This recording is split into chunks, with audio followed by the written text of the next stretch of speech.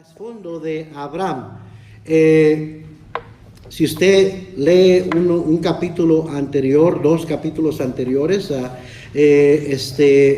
Abraham es de la descendencia de Sem, la línea semética, ¿verdad? Donde viene la nación de Israel. Sem fue hijo de Noé, uno de los 3 hijos de Noé. Sem, a los 100 años de edad, tuvo Arjafad. Dice ahí específicamente que lo tuvo 2 años después del diluvio. 2 años después del diluvio nació Arjafad. Ahora, según el orden que nos da, Arjafad no fue el primogénito, pero de Arjafad viene la línea a Abraham. Entonces, no nos dice por qué la Biblia, pero sabemos que la Biblia enfoca en Arjafad. Hay que poner atención a lo que la palabra de Dios enfoca. Hay que darle importancia a lo que la palabra de Dios le da importancia. Alguien dijo esto: los primeros 11 capítulos de la Biblia cubren aproximadamente 2000 años de tiempo, de la creación a Abraham. Y de capítulo 12 de Génesis hasta el resto del Antiguo Testamento nos habla de la nación de Israel, comenzando con Abraham. Ahora hay mucha gente que se rompe la cabeza por el primer capítulo de Génesis y por quiénes eran los hijos de Caín, la esposa de Caín, y quiénes fueron los hijos de Dios que se juntaron con las hijas de los hombres. Y bueno, la Biblia no da explicación, no da en detalle de quiénes fueron, cómo, pero hay gente que se la pasa estudiando cosas que no dice la Biblia. Y ignoran lo que sí dice la Biblia, casi no pasan tiempo con lo que sí dice la Biblia. Entonces, obviamente, Dios le da mucha más importancia a la nación de Israel, la historia de la nación de Israel, hasta el Señor Jesucristo. Otros 2000 años pasan, de Abraham hasta Jesucristo. Todo el Antiguo Testamento. ¿Sí me está siguiendo? Y nada más 11 capítulos para los primeros 2000 años. Es que hay que pensar en eso un poco. Hay que estudiar más a lo que Dios le da importancia y nos habla mucho. Hay que estudiar más eso que lo que casi Dios no nos dice. Amén. Hay versículos que dejan curiosidad, son un poco oscuros, un poco difíciles de entender, o nos abren el interés de algo, de querer saber algo. La pregunta es, ¿le va a edificar espiritualmente? ¿Va a ayudarle a vivir una vida más consagrada al Señor? ¿O nomás porque usted quiere saber la respuesta? Hay un versículo que dice que las cosas secretas pertenecen a Dios. Y las que no son secretas son para nosotros, para que las obedezcamos. ¿Sí o no? Así es que, bueno, ya está viendo mi punto de vista. No me intriga mucho, ni me gusta andar leyendo libros y información de cosas ¿qué querrá decir este versículo y por qué? ¿Y cuál será lo que está detrás de eso que no habla la Biblia? Para luego sacar interpretaciones incorrectas, suposiciones que realmente ni me añaden, ni me ayudan a crecer, ni me van a afectar en mi vida espiritual para nada. Prefiero enfocarme en lo que sí enseña la Biblia, especialmente con respecto a la fe que tengo en Cristo Jesús. Amén. Así es que bueno, Sem fue hijo de Noé. Sem a los 100 años tuvo a Arjafad, 2 años después del diluvio. Arjafad a los 35 años de edad tuvo a su hijo Sala. Sala a los 30 años de edad tuvo a su hijo Eber. Eber a los 34 años de edad tuvo a su hijo Peleg. Eso está ahí claramente. Peleg o Peleg tuvo 30 años cuando tuvo a su hijo Reú.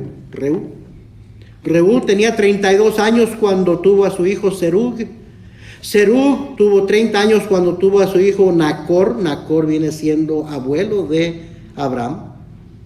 Y Nacor tenía 29 años cuando tuvo a Taré. Y Taré esperó hasta los 70 años para tener a Abraham, a Nacor y a Harán, sus 3 hijos. Abraham quiere decir, si usted suma los números, que nació 292 años después del diluvio. Su hermano Harán murió, pero no sin antes tener a su hijo Lot, que vino a ser sobrino de Abraham. En total son 9 generaciones de Noé a Abraham, 9 generaciones. Y 292 años después del diluvio. Así es que si usted ve cuántos años vivió cada personaje, no era extraño que alguien conociera a su tatarabuelo por lo largo que vivía. Hoy en día es raro que alguien conozca a sus bisnietos y todavía más a tataranietos, ¿verdad? Porque la vida del hombre se ha acortado, los años se han acortado. En fin, Abraham se casó con Sarai. Sarai fue su mujer, y Nacor su hermano con Milca. Milca era hija de Harán, así es que era su sobrina. Y no era raro, ¿verdad? En esos tiempos que estaba llenándose, poblándose la tierra. Recuerda que nada más al arca entraron tres hijos de Noé con sus esposas, y de ahí se pobló toda la tierra. Es que tuvo que haber lo que conocemos como incesto. Así se dice, ¿no? Incesto. Pero era permitido por Dios. Dios no había dicho, no había dado la ley y no había prohibido el incesto. Tenían que reproducirse. Y también algunos historiadores, genéticos, genecistas, yo no sé cómo se llaman, han dicho que cada generación de seres humanos se va corrompiendo más y más la estructura, la composición genética del ser humano. Y por eso cada generación se ven más y más niños naciendo con deformidades, con enfermedades, con problemas. Y también eso sucedió especialmente con relaciones incestuosas, obviamente, de que empezó a haber más casos de que salían con defectos, enfermedades. Entonces, en la ley Dios prohíbe el incesto en la relación con familiares cercanos. Entonces, pero en al principio, la raza humana estaba, pudiéramos decir, todavía no estaba tan corrompida por el pecado y más saludable, y eso es evidencia por los años que vivían, lo que duraban viviendo, y hasta la edad que dejaban de tener hijos. Muchos tenían hijos todavía hasta los 100 años o después de 100 años de edad. ¿Sí me está siguiendo? Entonces, bueno, Taré dejó Ur de los Caldeos, dice nuestro pasaje ahí en el versículo 31, y tomó Taré a Abraham su hijo, y a Lot hijo de Harán, hijo de su hijo, y a Sarai su nuera, mujer de Abraham su hijo, y salió con ellos de Ur de los Caldeos para ir a la tierra de Canaán, y vinieron hasta Harán y se quedaron allí. Bueno, Ur de los Caldeos en hebreo es Ur Kasdim. Comúnmente fue traducido, o sea, ha sido traducido a Ur de los Caldeos, una ciudad antigua cerca de donde desemboca el gran río Éufrates en el Golfo Pérsico. Les mandé unas fotos por WhatsApp, ahí están, la foto número 1 y la foto número 2, si quiere buscarlas para que vea, porque no las puedo pasar por las pantallas. Y se las mandé de antes de tiempo porque mi teléfono está ocupado, es que no lo puedo estar usando ahorita haciéndolo, pero ahí está en WhatsApp la foto número 1 y 2, y usted va a ver que una está de más de lejos, otra más de cerca. Ur está cerca. En 1862 fue identificada por Henry Rawlinson cerca de Nasiriyah, en el sur de Irak, lo que ahora es la nación de Irak. En 1927, Leonardo Woolley excavó un sitio y lo identificó como el sitio sumeriano arqueológico, en el cual los caldeos se situaron alrededor del siglo 9 antes de Cristo. También un trabajo arqueológico más reciente ha continuado enfocándose en ese sitio localizado cerca de Nasiriyah, la foto número 3, como Ur de los Caldeos. Son ruinas, una foto de unas ruinas que está presentemente allí, dicen que ese es Ur de los Caldeos, el lugar del nacimiento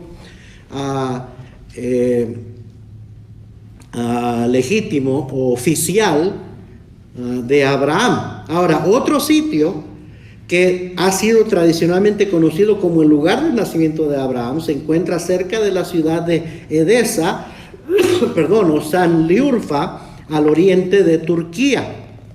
Ahí hay una foto con un estanque, como una alberca. Le llaman el estanque de Abraham.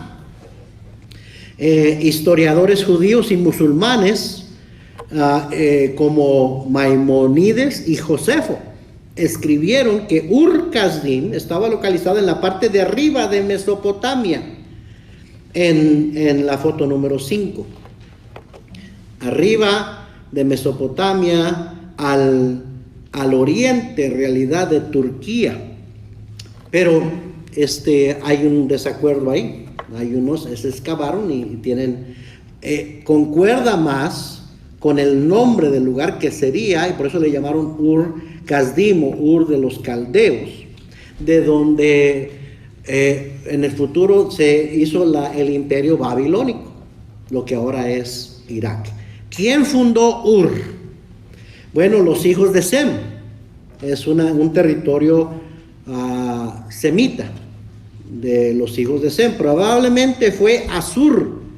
En capítulo 10, versículo 22 de Génesis, dice: los hijos de Sem fueron Elam, y se fija en la foto número 6, hay un territorio grande ahí que se reconoce como Elam, el territorio obviamente de uno de los hijos de Sem. Y luego Asur, Arfajad, Lud y Aram. Ahora, Asur muy probablemente es el lugar, el territorio de donde estaba Ur de los caldeos, y el lugar de nacimiento de Abraham. Sí lo ven en su teléfono, ¿verdad? Al menos que usted no tenga el app de WhatsApp. Pero se los mandé de esa manera. Disculpen que no los puse en la pantalla. En fin, Taré tomó a su hijo Abraham con su esposa Sarai y a su nieto Lot, y salió para irse a Canaán. Miren las fotos 7 y 8. La primera se fija que sale de Ur y va y para en Harán, y ahí se queda. Ahorita vamos a ver cuánto tiempo se quedó ahí. Y luego la siguiente foto es el resto del mapa, que el transcurso o el recorrido de Abraham hasta llegar a Canaán y luego a Egipto. ¿Sí ve esas fotos, verdad? Ok, entonces llegaron hasta Harán, donde se quedó aproximadamente 100 años hasta su muerte. Recuerde que tenía 70 años cuando tuvo a Abraham. Y dice la Biblia que Abraham tomó por mujer a Sarai. Normalmente un varón no tomaba a una mujer hasta los 30 años de edad. Entonces estamos calculando que alrededor de los 100, un poquito más, quizás 100 años de edad, que salió de Harán Taré, ya con Abraham, con Sarai y con Lot. Y entonces llegan a Harán, y ahí probablemente está 100 años hasta su muerte. En el versículo 32 dice: y fueron los días de Taré 205 años, y murió Taré en Harán. Entonces la Biblia nos da un número, una edad que tenía cuando murió. ¿Por qué salió Taré de Ur rumbo a Canaán? Pues definitivamente por influencia de Abraham, su primogénito. Porque mire lo que dice capítulo 12, versículo 1 al 4. Pero Jehová había dicho a Abraham, está hablando de pasado, o sea, cuando todavía estaban en Ur, Dios había dicho a Abraham: vete de tu tierra y de tu parentela y de la casa de tu padre a la tierra que te mostraré. Y haré de ti una nación grande y te bendeciré y engrandeceré tu nombre y serás bendición. Bendeciré a los que te bendijeren y a los que te maldijeren maldeciré. Y serán benditas en ti todas las familias de la tierra. Y se fue Abraham como Jehová le dijo, y Lot fue con él. Y era Abraham de edad de 75 años cuando salió de Harán. Entonces, sin duda, en algún tiempo Dios habló con Abraham antes, porque Taré decidió dejar Ur e irse a Harán, pero ahí se quedó. Y Abraham luego se separa de su padre, junto con su esposa y con Lot. Entonces aquí vemos su elección, la elección de Abraham. Obviamente es claro que Dios de todos escoge a Abraham. Algo vio en Abraham, y yo creo que Dios se fija en el corazón, ya lo sabemos, amén, hermanos. Dios se fija en el carácter, Dios se fija en lo que es la persona, y obviamente Abraham tenía algo que su otro hermano Nacor no tenía, y pues Harán había muerto, pero Dios escoge a Abraham y le dice: sal de la tierra de tu parentela, ve al lugar que yo te diré. Y Abraham va en obediencia. Entonces Abraham salió de Harán apartándose de su padre a los 75 años de edad, porque eso nos dice la Biblia, o aproximadamente, calculo yo, pero puedo estar equivocado, 45 años después de que habían llegado a Harán. O sea que vivió con su papá 45 años ahí en Harán. Esto quiere decir que su padre se quedó en Harán otros 55 años más hasta su muerte, porque la Biblia dice que no murió hasta los 205 años. Ahora, esta es una aparente contradicción en las Escrituras, por lo que dice Hechos 7, versículo 2. Vaya ya conmigo a Hechos 7, versículo 2, por favor. Ahora, no es una contradicción o una diferencia que afecte el narrativo de la historia, ni la fe de Abraham, ni nada que tenga que ver con la salvación, simplemente que hay una discrepancia ahí de los años. Este es el testimonio de Esteban. Esteban es interrogado, acuérdese, por el Sanedrín, y dice en el versículo 2, y él dijo: varones, hermanos y padres, oíd, el Dios de la gloria apareció a nuestro padre Abraham estando en Mesopotamia, antes que morase en Harán. ¿Se fijan lo que les dije? Que antes de que morase en Harán, Dios ya había hablado a Abraham.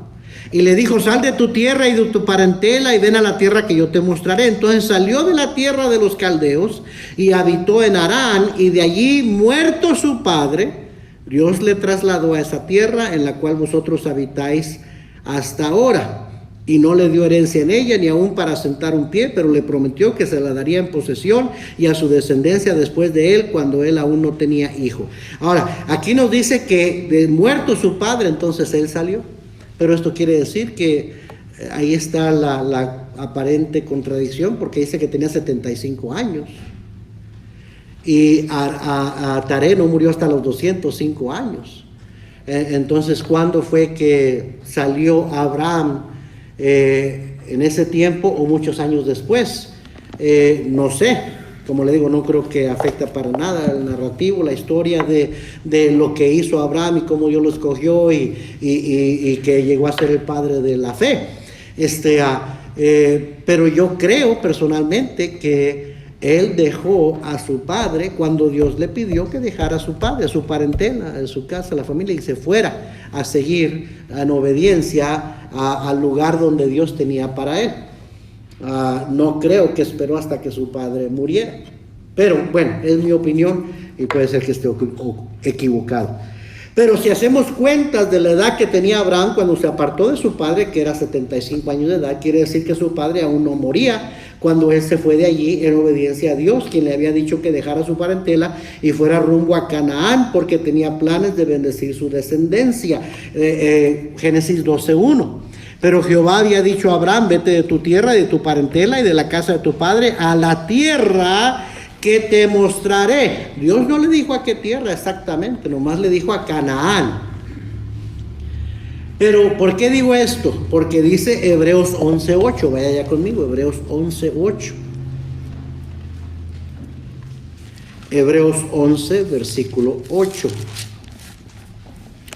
Por la fe, ¿ya lo encontró? Hebreos 11:8. Por la fe, Abraham, siendo llamado, obedeció para salir al lugar que había de recibir como herencia y salió, ¿qué dice? Sin saber a dónde iba.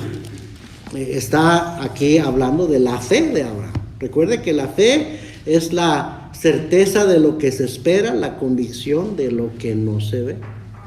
Y enfatiza el hecho de que Abraham salió sin saber a dónde iba, fue en obediencia. Dios nomás le dijo: ve, tú ve y a la tierra que yo te daré. Entonces ahí vemos la fe de este hombre de Dios, de este patriarca. Sigamos leyendo Génesis 12, versículo 5. Tomó pues, estamos en Génesis 12:5. Tomó pues Abraham a Sarai su mujer y a Lot hijo de su hermano y todos sus bienes que habían ganado y las personas que habían adquirido en Harán, y salieron para ir a tierra de Canaán, y a tierra de Canaán llegaron. Y pasó Abraham por aquella tierra hasta el lugar de Siquem, hasta el encino de More, y el cananeo estaba entonces en la tierra. Y apareció Jehová a Abraham y le dijo: a tu descendencia daré esta tierra. Y edificó allí un altar a Jehová, quien le había aparecido. Luego se pasó de allí a un monte al oriente de Betel y plantó su tienda, teniendo a Betel al occidente y a Ai al oriente. Y edificó allí altar a Jehová e invocó el nombre de Jehová. Aquí vemos la formación espiritual de Abraham. Allí en ese lugar de Siquem, al lado del encino de More, Dios se le aparece y le hace promesa de darle toda esa tierra a su descendencia. Ahora Abraham todavía no tenía hijos. Sarai era estéril. Pero Abraham está creyendo ya a Dios. Abraham está siguiendo lo que Dios le está pidiendo que haga. Allí Abraham edifica altar a Jehová. Ese lugar después fue llamado Betel. El siguiente versículo dice Betel, pero allí donde Abraham se encuentra con Dios es Betel. Y luego se mueve de ahí a un lugar entre Betel y Ai. A propósito, Betel significa casa de Dios. Se mueve de ahí a un lugar entre Betel y Ai, a los dos lados, dice el versículo 8, donde edifica otro altar y comienza a invocar el nombre de Jehová. O sea, comienza a crecer espiritualmente y a adorar, oiga bien, exclusivamente a Jehová, el Dios de la Biblia, el único Dios, el creador. Amén, hermanos. Dejando atrás sus raíces paganas. Porque si usted lee sus antecedentes, o sea, sus antepasados, viene de una cultura, de una raza pagana. Y entonces a Abraham es al primero que se le aparece Jehová Dios, después de Noé, todo ese tiempo después, a Abraham. Y le dice: a ti te he escogido, sal de esta tierra de tu parentela, no te quiero en Ur de los Caldeos, no te quiero en Harán, quiero que vayas a la tierra que yo te daré. Y ahí hace un altar exclusivamente a Jehová Dios y empieza a invocar el nombre de Jehová. Pero lamentablemente no se quedó ahí, sino que dice que partió de allí caminando y yendo hacia el Negev. Mire la última foto que le puse ahí, creo que es la foto número 9.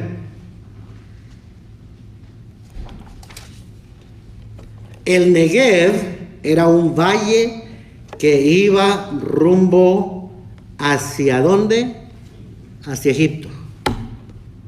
O sea que Noé deja Betel, Siquem, esa zona donde está Betel, donde se le aparece Jehová, donde hace el altar a Jehová y comienza a invocar, deja ese lugar y se va hacia el Negev, hacia el valle que va rumbo a Egipto. Ahora, como cristianos sabemos que Egipto en el Antiguo Testamento es una figura, un símil del mundo. Amén. De ahí, muchos años después, Dios saca al pueblo de Israel de Egipto, después de 400 años de esclavitud. Egipto es una figura del mundo. La esclavitud que tuvo Israel ahí es una figura de la esclavitud al pecado. El faraón es un tipo de Satanás. ¿Sí me está siguiendo? Algunos de ustedes no sabían eso, ya lo saben. Estudie comentarios y lo va a ver ahí. ¿Ok? Entonces, se empieza a ir Abraham hacia el Negev. Y aquí vemos su primer fracaso espiritual. Descender a Egipto. Mire el versículo 10. Génesis 12:9. Y Abraham partió de ahí caminando y yendo hacia el Negev. Versículo 10. Hubo entonces hambre en la tierra, y como ya estaba cerquita de Egipto, ya no le faltaba mucho, estaba en el Negev, y hubo hambre en la tierra, descendió a Abraham, y subrayé la palabra descendió, porque siempre que un creyente se aparta de la voluntad de Dios para ir a Egipto, siempre va a haber la palabra descendió. Así como cuando allá en el libro de Jonás nos dice que Dios le dice a Jonás que vaya a Nínive a predicar, pero Jonás quiere huir de la presencia de Jehová, algo loco, algo tonto, necio. Nadie se puede ir de la presencia de Dios. Y dice la Biblia que descendió a Jope, ¿no? Para ir rumbo a Tarsis. Y va descendiendo. Siempre que alguien se aparta de la voluntad de Dios, comienza un descenso, una caída espiritual. Amén. Bueno, aquí vemos el primer fracaso espiritual. Versículo 10. Hubo entonces hambre en la tierra y descendió Abraham a Egipto para morar allá, porque era grande el hambre en la tierra. Esta fue una decisión incorrecta. Una decisión sin consultar a Dios. ¿Se acuerdan que les he dicho, hermanos, que la vida está compuesta de decisiones? Eso es lo que es nuestra vida. Usted es lo que es y está donde está por las muchas decisiones que ha venido tomando en su vida. Algunas buenas, algunas malas. Todo lo bueno en su vida se pudiera decir que es debido a buenas decisiones. Y todo lo malo en su vida, cosas que usted quisiera cambiar o quisiera no haber experimentado, es por malas decisiones en su vida. Entonces quiere decir que hay que tener mucho cuidado en tomar decisiones correctas. Amén. Versículo 11, sigamos leyendo. Y aconteció que cuando estaba para entrar en Egipto, dijo a Sarai, su mujer, he aquí ahora conozco que eres mujer de hermoso aspecto. Yo creo que nunca le había dicho eso a su esposa. Y se imagina, después de todos sus años de casados, ahora me doy cuenta que estás bonita. Dígale a su esposa que está bonita, si no le ha dicho, ¿ok? Versículo 12, y cuando te vean los egipcios, dirán, su mujer es, y me matarán a mí, y a ti te reservarán la vida. Ahora pues, di que eres mi hermana, para que me vaya bien por causa tuya, y viva mi alma por causa de ti. Y la pregunta viene a la mente, ¿y dónde está su fe? Recuerden que apenas había empezado a creer en Jehová Dios. Había empezado a invocar el nombre de Jehová. No había pasado mucho tiempo.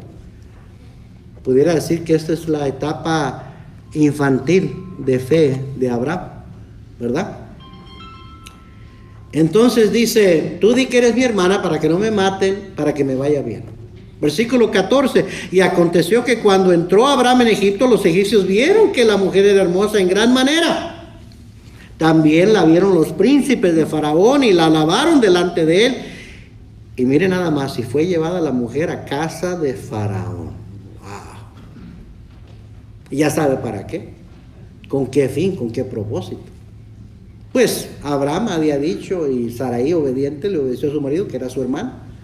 Entonces Faraón está pensando, está available, está disponible, no es mujer casada. ¿Sí me está siguiendo?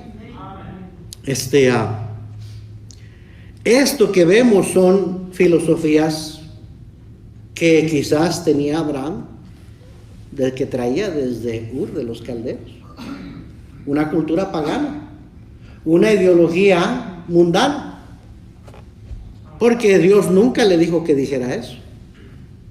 Eso no lo aprendió de Dios, eso lo traía él de la vida antigua. ¿Sí me está siguiendo? Muchas veces tomamos decisiones no basadas en lo que aprendemos de la palabra de Dios como cristianos, sino de la antigua vida, del mundo, de la manera de pensar del mundo, de lo que venimos arrastrando, jalando de la vida vieja. Y nunca nos va a ir bien cuando tomamos decisiones así. El cristiano no puede tomar decisiones basadas en filosofías del mundo, en sabiduría terrenal, animal, diabólica. Uno tiene que tomar decisiones basadas en sabiduría de lo alto.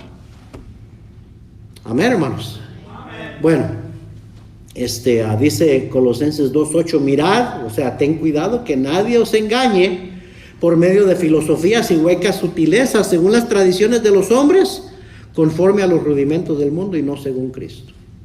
Bueno, dice el versículo 16, e hizo bien a Abraham por causa de ella, o sea, Faraón. Hizo bien a Abraham. Ahora, Faraón es un tipo de ¿quién en el Antiguo Testamento? Del diablo. Egipto es un tipo de ¿qué? Del mundo. Faraón es un tipo del diablo. Y Faraón aquí hizo bien a Abraham por causa de ella, de Sarai. Y él tuvo ovejas, vacas, asnos, siervos, criadas, asnas y camellos. Alguien diría, le fue bien. Le fue bien en el mundial. Le fue bien en el mundo. Pero la bendición era de Dios. No. ¿La bendición de quién era? De Faraón. Del mundo. Del diablo. ¿Sí me está siguiendo? Y dice la palabra en Proverbios 10:22 que la bendición de Jehová es la que enriquece y no añade tristeza con ella. ¿Sí o no? Nada más la bendición de Dios es la que después no añade tristeza. Después no hay lamentos. Después no te va mal. No con la bendición de Dios. Esa es la bendición que enriquece. Y no estamos hablando nada más de riquezas materiales. Hay muchas riquezas. Pablo dijo, como no poseyendo nada, más poseyendo todo. Como no teniendo nada, más poseyendo todo. Como pobres, más enriqueciendo a muchos. Hablando de las riquezas espirituales. ¿Sí me está siguiendo? Bueno, mucho después vemos la tristeza como resultado de esa decisión. Brínquese a Génesis 16, capítulo 16, versículo 1. Sarai, mujer de Abraham, no le daba hijos. Ya es mucho tiempo después, ya salieron de Egipto, ya salió de ahí, ya regresa otra vez a Canaán. Y llevó muchas vacas y muchos asnos y muchas riquezas, pero también llevó algo más. Dice Génesis 16:1, Sarai, mujer de Abraham, no le daba hijos y ella tenía una sierva, ¿qué era? Egipcia. ¿Dónde la habrá agarrado esa sierva? Pues en Egipto. ¿Sí o no? Que se llamaba Agar. Dijo entonces Sarai a Abraham, ya ves que Jehová me ha hecho estéril. Hay que echar la culpa a Dios. Te ruego pues que te llegues a mi sierva, otra vez sabiduría no de lo alto, Dios nunca le dijo a Abraham. Ahora, Dios no lo impide, y diga, óigame bien, hermano, Dios muchas veces no nos va a impedir que hagamos las tonterías que hacemos. Dios no nos va a regir a la fuerza, como robots, que tienes que hacer lo que Él te dice. Su palabra es bien clara, pero uno decide obedecer o hacer las cosas a su manera. Y Dios no te va a impedir, pero después, como dicen, atente a las consecuencias. ¿Sí o no? Pues, llégate a mi sierva, quizás tendré hijos de ella. Y Abraham, bien obediente, ¿verdad?, a su mujer, y atendió a Abraham el ruego de Sarai. Bueno, pues yo no quería, pero pues, están diciendo, está bien, pues. Y Sarai, mujer de Abraham, tomó a Agar, su sierva egipcia, al cabo de 10 años que había habitado Abraham en la tierra de Canaán. O sea, ya 10 años habían pasado.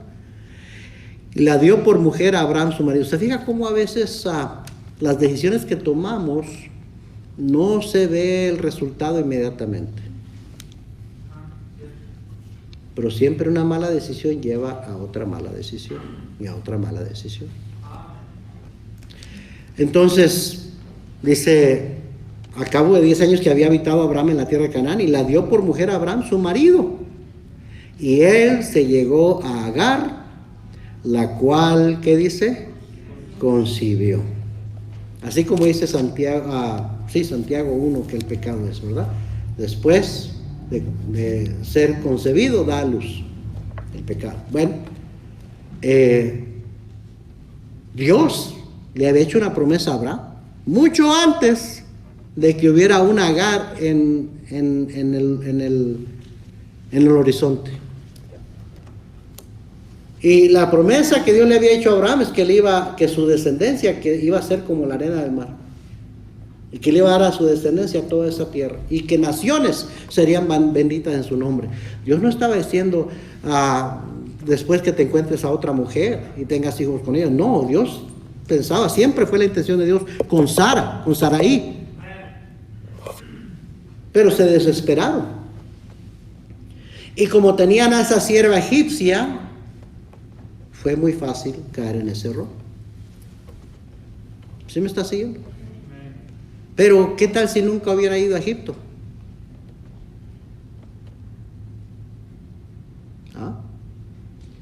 Ahora, el resultado de esa relación fue Ismael, medio hermano de Isaac, hijo de Abraham, el padre de los árabes, de los musulmanes, que son enemigos hasta el día de hoy a muerte de los israelitas. Todas las guerras que ha habido, todos los muertos que ha habido, Israel es una nación pequeña, rodeada de más de 1 billón de musulmanes que desean su exterminación.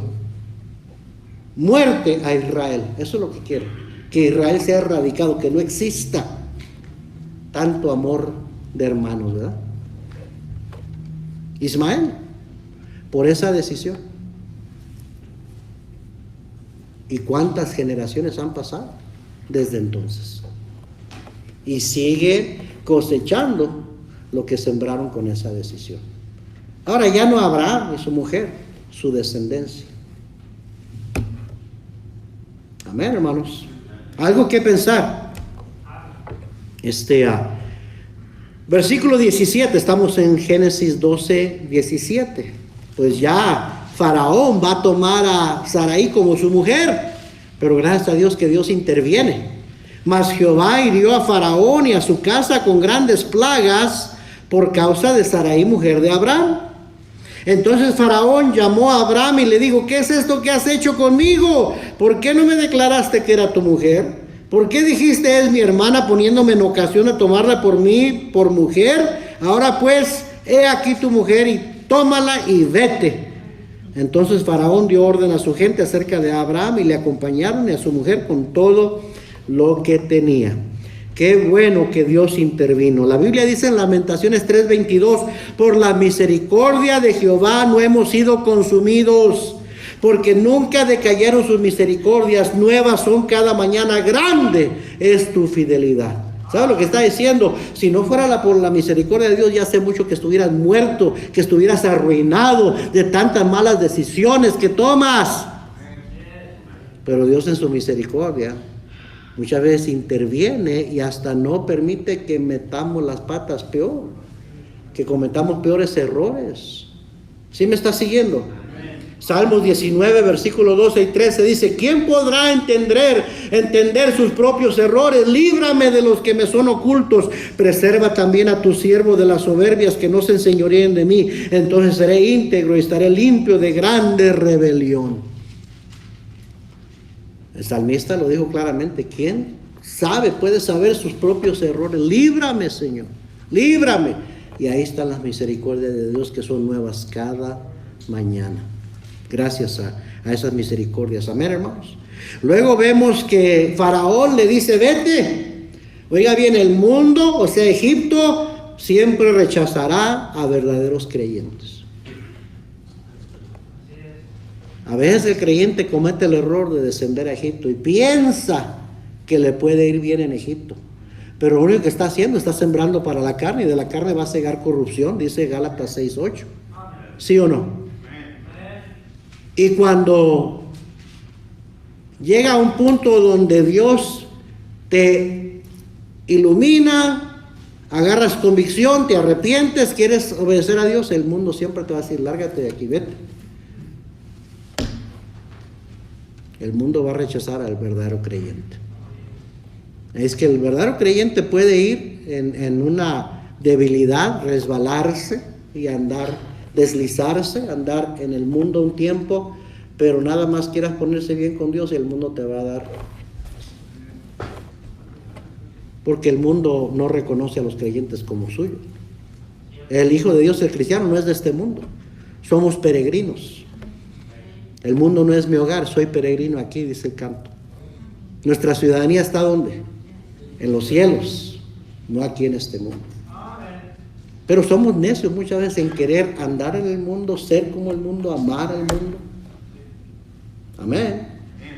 Capítulo 13, versículo 1. Subió pues Abraham de Egipto hacia el Negev, y él y su mujer con todo lo que tenía, y con él Lot.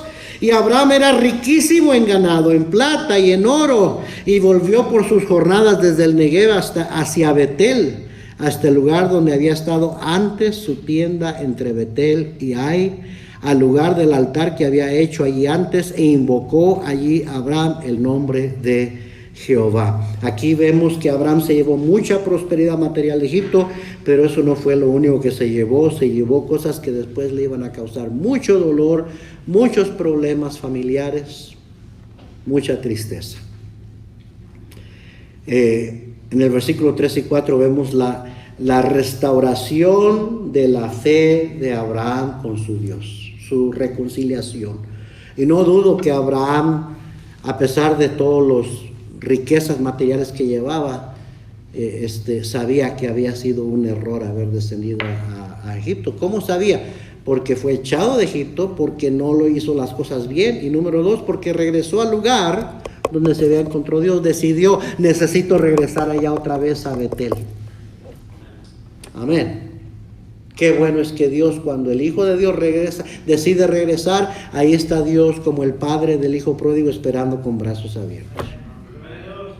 Entonces aquí vemos la fe de Abraham nuevamente. ¿Qué podemos aprender de esto que hemos visto hasta ahorita? Porque apenas vamos rascando la superficie. Primeramente, número 1, Dios nos busca a nosotros, no nosotros a Él. Siempre ha sido así.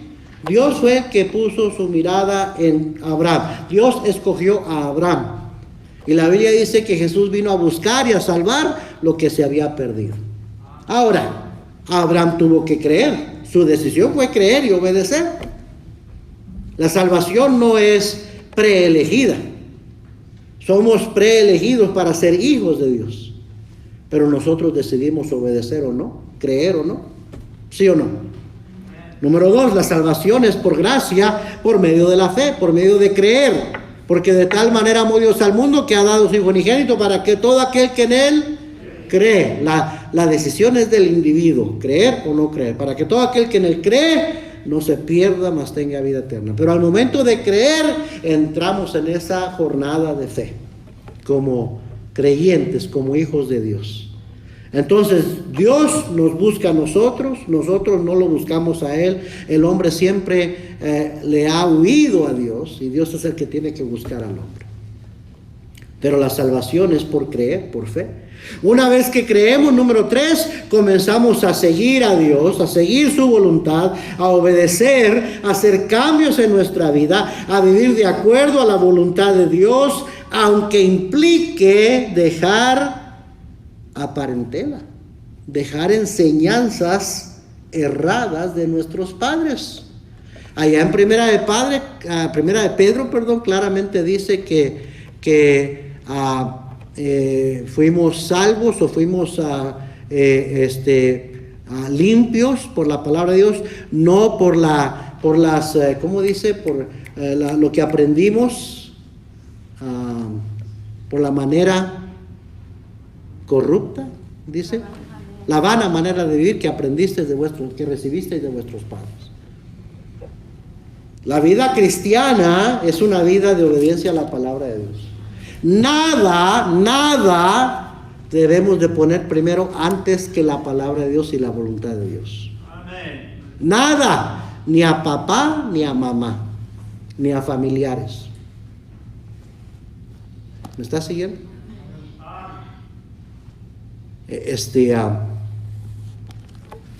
Porque es una vida que debe de vivirse de acuerdo a la voluntad de Dios, de acuerdo a la palabra de Dios. Número 4, cuando comenzamos a vivir por fe y a obedecer, Dios va formando un carácter espiritual piadoso en nosotros. Y empezamos nuestro enfoque ahora es vivir y adorar a Dios. Ya no vivir por el yo, ya no vivir por el mundo, sino vivir en la voluntad de Dios y para el Señor. Y ahí se nota el cambio. Ese es uno de los frutos de la salvación. ¿Sí me está siguiendo? Número 5, hay que pedir consejo espiritual antes de tomar decisiones. No podemos seguir tomando decisiones de acuerdo a filosofías del mundo. Ideas que venimos cargando de pues que así nos criaron, así nos enseñaron, así fue mi padre con mi madre y mi abuelo con mi abuela.